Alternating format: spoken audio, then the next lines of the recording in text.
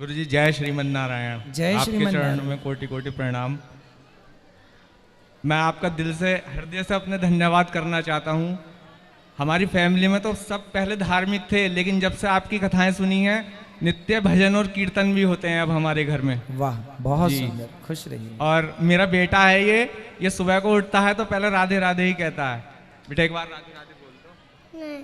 ये कहता है कि मुझे गुरुजी के पास जाना है, और यही हमें लेके आया है कि मुझे गुरुजी के पास जाना है।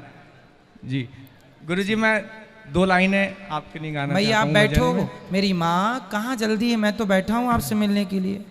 जल्दी ना करो मेरी माँ, बैठ जाओ। रचा है सृष्टि को जिस प्रभु ने, वही ये सृष्टि चला रहे हैं। रचा है सृष्टि को जिस प्रभु ने, वही ये सृष्टि चला रहे हैं। जो पेड़ हमने लगाया पहले, उसी का फल हम अब पा रहे हैं। रचा है सृष्टि को जिस प्रभु ने, वही ये सृष्टि चला रहे हैं। जिन्होंने भेजा जगत में जाना, तय कर दिया लौट के फिर से आना। जो भेजने वाले हैं यहाँ पे, जो भेजने वाले हैं यहाँ पे, वही फिर वापस बुला रहे हैं। रचा है सृष्टि को जिस प्रभु ने, वही ये सृष्टि चला रहे हैं। बहुत सुंदर, बहुत सुंदर, खुश रहिए। गुरुजी एक विनती और है मेरी आपसे, मेरे बेटे को अपनी गोदी में बिठा के आशीर्वाद दे दीजिए। ले आओ, खुश रहिए। माइक और जिनको बात करनी है हाथ उठा लो बेटा। ये भैया ले जाओ वो दादाजी को, देखो बूढ़े आदमी हैं। प्रणाम गुरुजी। जी मैया। ये गैर श्राद्ध के बारे में कल पूछ रही थी। जैसे माता पिता कर सकते हैं, तो जैसे कोई लोग बोलते हैं सिर्फ पुत्र ही करते हैं तभी सार्थक होता है। गैर श्राद्ध करना है बेटे का, जैसे 25 साल का है जैसे बेटा था। हाँ। तो जैसे मम्मी पापा कर देंगे, तो कोई लोग बोलते हैं उनका पुत्र ही करना चाहिए तभी सार्थक होता है। नहीं, कोई बात, उनके पुत्र हैं। नहीं, उनकी शादी नहीं हुई थी। हाँ तो ठीक है ना, मैं बोल तो दिया था कि आपके पति करें। हाँ नहीं, तो बोलते हैं जैसे उसके रिश्ते में कोई पुत्र लगे वही करे तभी सार्थक होता नहीं, है। ऐसा कुछ नहीं, ऐसा कुछ नहीं। ठीक है, थैंक यू सर। दे जो पीछे थोड़ा माइक, वो बूढ़े खड़े हैं। मैया बैठ जाओ, मेरी माँ खड़े ना हो। चलो हो गई, चलिए खुश रहिए। सदगुरु जी के चरणों में नमन, खुश रहिए, प्रणाम। मेरे मन के अंदर एक संशय था। सुबह में गुरु मंत्र की दीक्षा लेने वाला था, लेकिन क्षत्रिय कुल से हूँ। ठीक है, पारिवारिक रीति रिवाज निभाने पड़ते हैं, परंपराओं को निर्वहन करना पड़ता है। ठीक है। तो उस हिसाब से मन में ये संशय था कि मैं जिस कुल से हूँ उस हिसाब से मद्यपान भी हल्का कभी कभार आयोजन में करना पड़ता है, और मांसाहार भी हल्का फुल्का कभी न के बराबर करना पड़ता है। इसी वजह से मन में संशय था कि मैं गुरु दीक्षा लूं या नहीं लूं, क्या मैं इसके लिए पात्र हूं या मुझे पूर्ण रूप से दोनों चीजों को निषेध करना पड़ेगा। अच्छा मुझे ये बताइए जी, कि शराब पीना और मांस खाना क्या ये सही है? नहीं है, बिल्कुल नहीं है। तो फिर जब आप इतने बुजुर्ग हैं, इतने समझदार हैं, तो फिर क्यों? हम बच्चे हैं ना आपके, हम बच्चे गलती करें तो ठीक है कि बच्चे हैं, पर आप तो देखो बुजुर्ग हैं, सीनियर हैं। नहीं मान रहा हूं मैं बात, आपका आदेश है तो मैं छोड़ दूंगा उस चीज को जी, लेकिन कुछ बाध्यताएं रहती, इसलिए संशय था मन में। देखिए आप क्षत्रिय हैं, और क्षत्रिय का धर्म होता है किसी की रक्षा करना। क्षत्रिय समाज की रक्षा करता है, वो किसी के प्राण कभी ले नहीं सकता। तो आप क्षत्रिय हैं, तो ना बकरे को मारना आपका धर्म है, ना किसी मुर्गे को मारना, ना मच्छर। आप क्षत्रिय हैं, ब्राह्मण हो, क्षत्रिय। क्षत्रिय तो रक्षक होता है।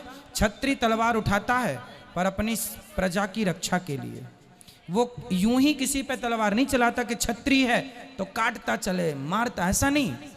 जहां जरूरी है वहां तुम्हें तलवार उठाना है, वहां तुम्हें धनुष उठाना है।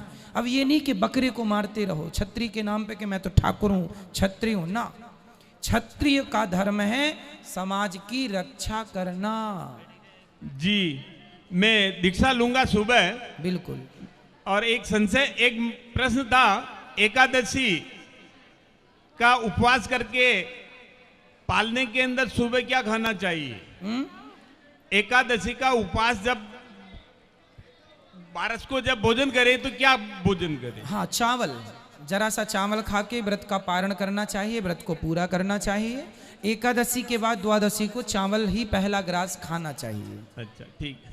नहीं पका हुआ है तो आप कच्चा ही चावल एक दाना खाओ, पर एकादशी की पूर्णता चावल से। यदि कोई नहीं खाया दोष नहीं है, बट चावल से करें पारण श्रेष्ठ। अच्छा, पीपल और बरगद के पेड़ में जल कब नहीं सींचना चाहिए? पीपल में तो संडे को नहीं सींचना चाहिए, अच्छा, रविवार को। जी और वट वृक्ष में तो केवल कभी कभी पूजा होती है वट की। जी हाँ, पीपल की पूजा कंटिन्यू होती है, सदा होती है। जी पीपल की पूजा सदा होती है, केवल संडे छोड़ के जल नहीं चढ़ाना, दिया जला सकते हैं। जी बाकी बरगद की जो वट वृक्ष है उसकी पूजा कभी कभी मैन पर्वों में, मैन तिथियों में ही, जैसे वो अखा तीज इत्यादि आती है ना, उसमें वट वृक्ष की पूजा होती है। तुलसी दल किस दिन नहीं तोड़ना चाहिए, किस परिस्थिति में नहीं तोड़ना चाहिए? केवल संडे को।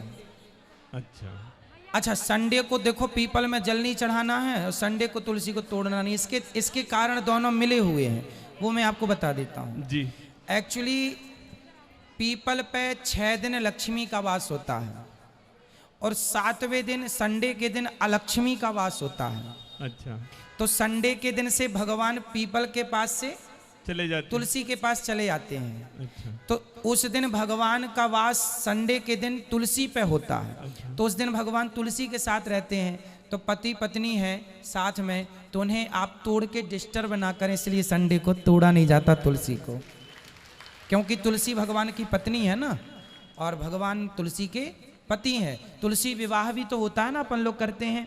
एकादशी, जब बड़ी एकादशी आती है उसके बाद एकादशी में तुलसी विवाह होता है। मैं श्रीमान से 2019 से लॉकडाउन से जुड़ा हुआ हूं और आपकी जो सेवाएं हैं उनको टीवी के ऊपर देखता हूं। मन के अंदर काफी जिज्ञासा थी परिवार के अंदर, और मेरे मन में भी थी कि सदगुरु जी के दर्शन कब होंगे। अचानक श्रीमान के दर्शन हो गए, आदेश हो तो गया। आपने यहाँ माताओं का दर्शन किया? बिल्कुल किए सर, तो सुबह किए। टीवी पे जो देखते थे वो यहाँ नहीं, है? वही है, वही, उससे भी ज्यादा पाया है हमने। खुश रहिए जी, सदगुरु प्रणाम। खुश रहिए, खुश रहिए।